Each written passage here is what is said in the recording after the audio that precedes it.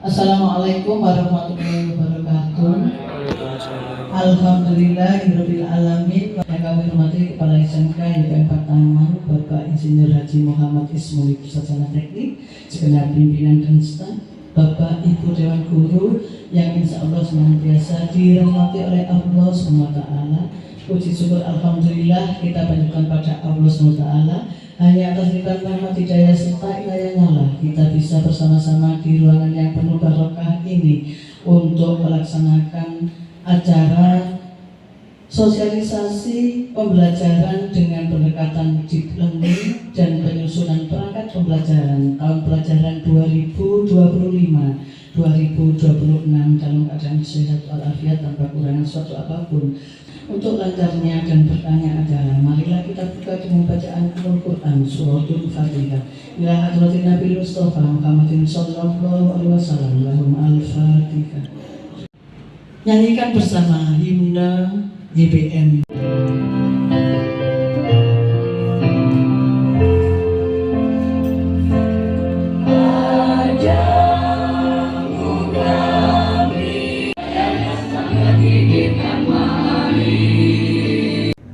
Assalamualaikum warahmatullahi wabarakatuh.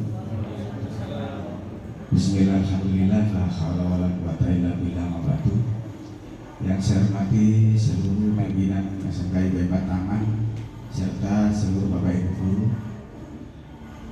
Alhamdulillah pada pagi hari ini saya memiliki waktu atau kesempatan untuk mendesimasikan apa yang telah sudah dilatih oleh Dinas Pendidikan, yang mana ini harus didesimasikan kepada Bapak Ibu guru semua, yaitu implementasi pembelajaran mendalam dan mengembangkan growth mindset di lingkungan SMK YPM Taman. Mendalam yang nanti akan disampaikan oleh teman-teman yang sudah dilatih. Jadi mudah-mudahan kita tidak bosan-bosan untuk selalu mengalami perubahan. Thayyibah Sarjana Pendidikan akan memberikan diseminasi terkait pola pikir bertumbuh, konsep dan kerangka pembelajaran. Untuk diseminasi kedua, Ibu Yeni Nurul Hidayah Sarjana Pendidikan akan menyampaikan materi prinsip pengalaman belajar dan asesmen. Yang ketiga, Ibu Eli Suryani Sarjana Pendidikan akan menyampaikan panduan ko-kurikuler, perencanaan pembelajaran mendalam dan sharing. Untuk itu mohon panjenengan bertiga berkenan di meja depan. Kami akan mengikuti kegiatan diseminasi yang akan beliau bertiga sampaikan. Monggo kami persilakan. Bismillahirrahmanirrahim. Assalamualaikum warahmatullahi wabarakatuh. Terima kasih Bu Kos atas waktunya yang sudah diberikan kepada kami. Kami tim pelatihan dari SMK YPM 4 akan menyampaikan hasil dari pelatihan kami selama 1 minggu kemarin.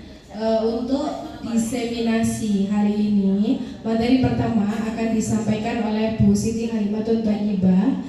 Untuk meningkatkan semangat kita pagi ini, biar lebih semangat lagi mengikuti diseminasi, kita ice breaking terlebih dahulu. Monggo minta tolong untuk berdiri sebentar.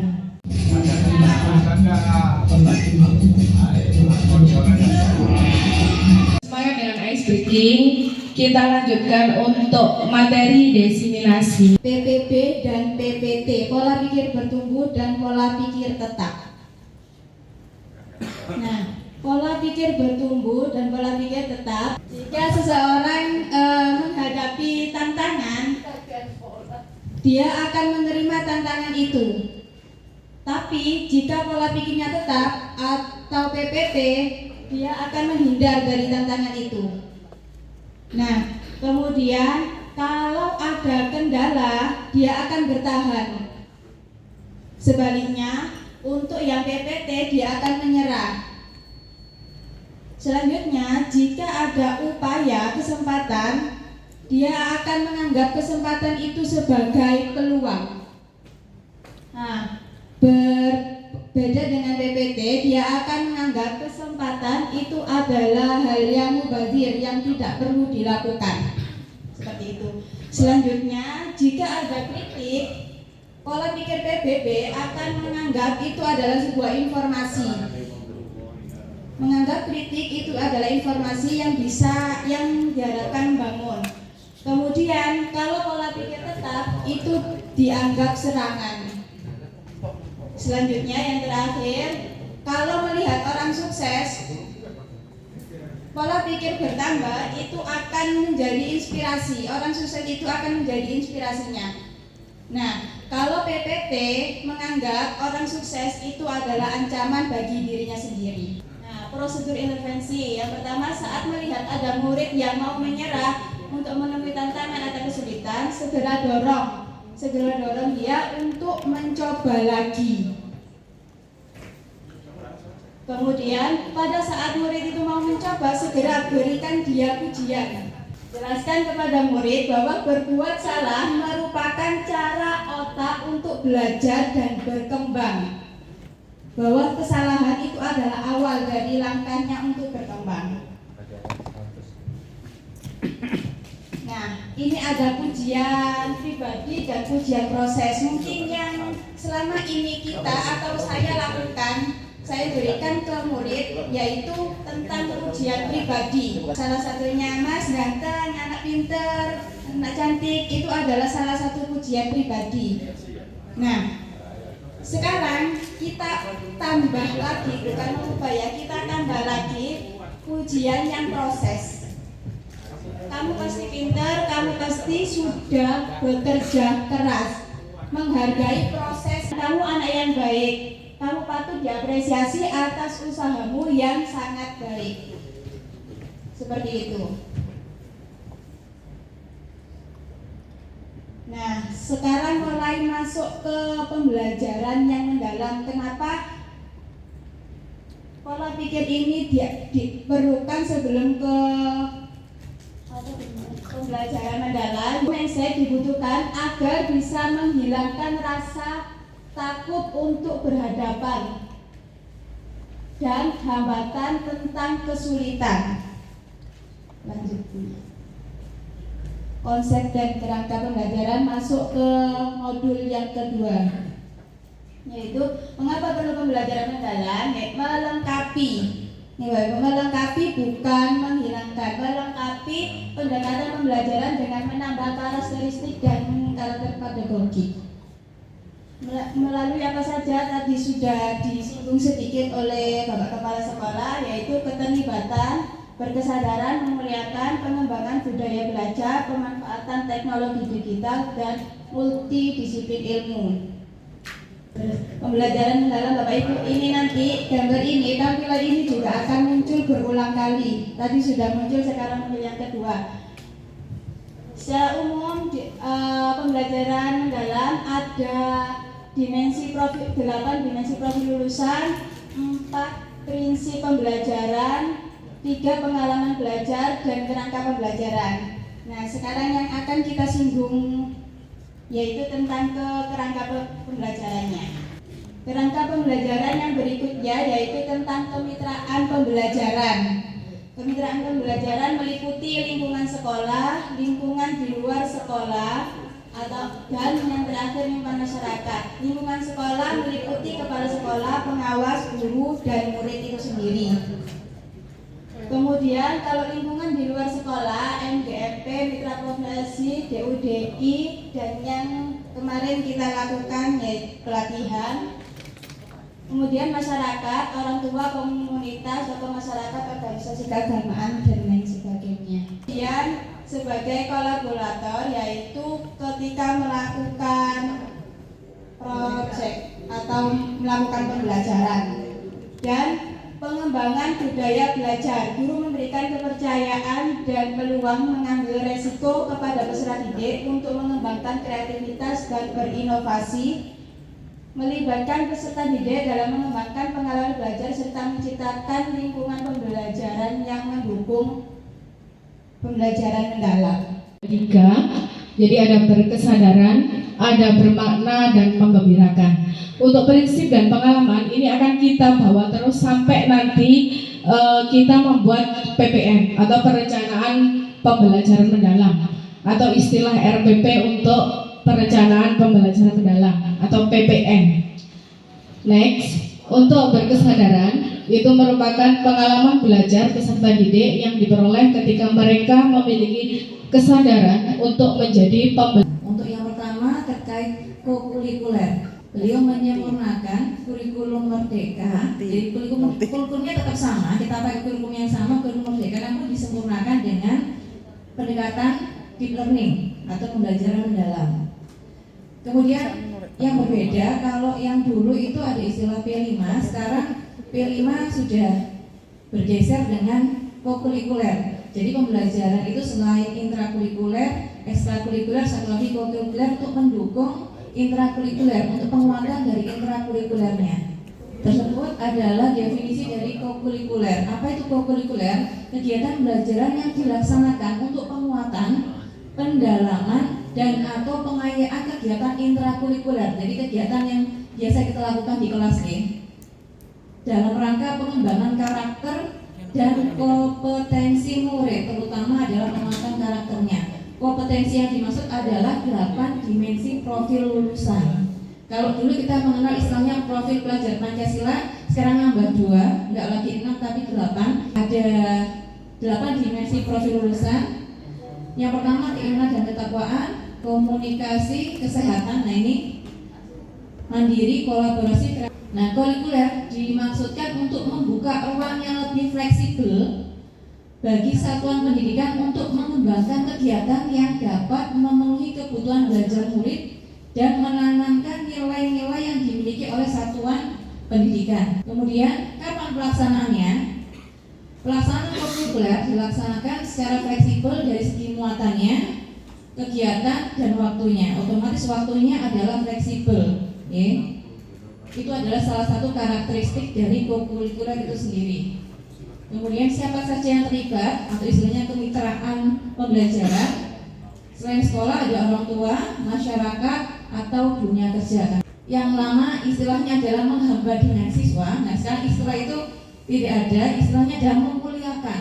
Jadi kita memuliakan siswa. Rangkanya sama, ada praktek pedagogis, ada lingkungan pembelajaran, ada kemitraan dan pemanfaatan teknologi digital. Nanti saya tampilkan niki contohnya nih terkait RPP-nya. Istilahnya sekarang kemarin saya ingat istilah untuk dulu kita ada istilah modul ajar, kemudian ada RPP, sekarang PPM, perencanaan pembelajaran mendalam. Ini boleh pakai ketiganya, yang penting sepakat. Sekolah mau pakai yang mana? Sepakat pakai RPP atau istilahnya modul ajar atau PPM, perencanaan pembelajaran mendalam. Dan semua sudah kurikuler ada P5. Pak Hada menyampaikan P5 masih ada di kelas 11, 12. Tapi yang kurikuler hanya kelas 10. Nah nanti kita minta penguatan dan umpan baliknya dari Pak Suhada ya, berikutnya ini sama seperti tadi. Jadi prakteknya nanti menggunakan model pembelajaran berbasis penyelidikan atau inquiry. PJ berikutnya, nah temanya sama seperti P5. Kurikuler juga sudah ada temanya yang bisa kita pilih. Ada 7 tema: generasi sehat dan bugar, bahasa Indonesia untuk membuat tugas menana adalah buat infografis. Jadi saya bekerja sama dengan guru bahasa Indonesia, bermitra dengan guru bahasa Indonesia. Supaya infografisnya menarik, saya bermitra dengan guru seni budaya. Jadi nanti kita berkumpul membahas supaya tujuannya ini tercapai. Jadi tugasnya itu satu, tapi bisa dilaksanakan saat jam ngajarnya guru yang kita bermitra tadi. Jadi anak-anak supaya tidak terbebani dengan banyak tugas. Intinya seperti itu. Saya dapatkan saat pelatihan kemarin kerangkanya seperti ini ya Bapak Ibu. Jadi mungkin nanti kita yang jelas mengikuti dari yang diberikan Pak Suhada. Biasanya seperti itu nih, kita tinggal memasukkan saja CP-nya ke dalam file yang disampaikan Pak Aswada nanti. Nah, setahu saya Pak Aswada sudah menyiapkan file, kita tinggal upload seperti tahun kemarin. Nah, ini sekilas mawon. Jadi di awal, kemudian materi pelajarannya dituliskan, kemudian ini ada dimensi profil lulusan. Ini nanti bisa di checklist kok. Template-nya seperti ini, dimunculkan CP-nya seperti apa, dan lintas disiplin ilmu. Jadi nanti kita bermitra dengan guru atau apa, ya. Atau dari, tidak harus dari apa, adaptif ke normatif atau adaptif, barangkali adaptif normatif ke produktif juga bisa, ya. Kemudian tujuan belajarnya dituliskan, topik pembelajarannya apa. Kemudian topik yang tadi yang dipilih ada 8 pilihan tadi. Kemudian praktek pedagogisnya itu menggunakan model pembelajaran apa, bisa berbasis masalah, inquiry atau PJBL. Pemanfaatan digitalnya ini dituliskan, menggunakan digital apa. Jadi harus sepertinya yang disampaikan Pak Arif tadi tanyakan, di sini diminta untuk mencantumkan pemanfaatan digitalnya seperti apa. Ini secara umum untuk. Jadi yang saya sampaikan ini tidak fokus ke PPM-nya kurikuler, tapi secara keseluruhan. Jadi cirinya itu di PMM ini ada, selain ada kemitraan, ada pemanfaatan digital, ini tertulis di RPP-nya kita nanti. Oke, berikutnya Bu Hal.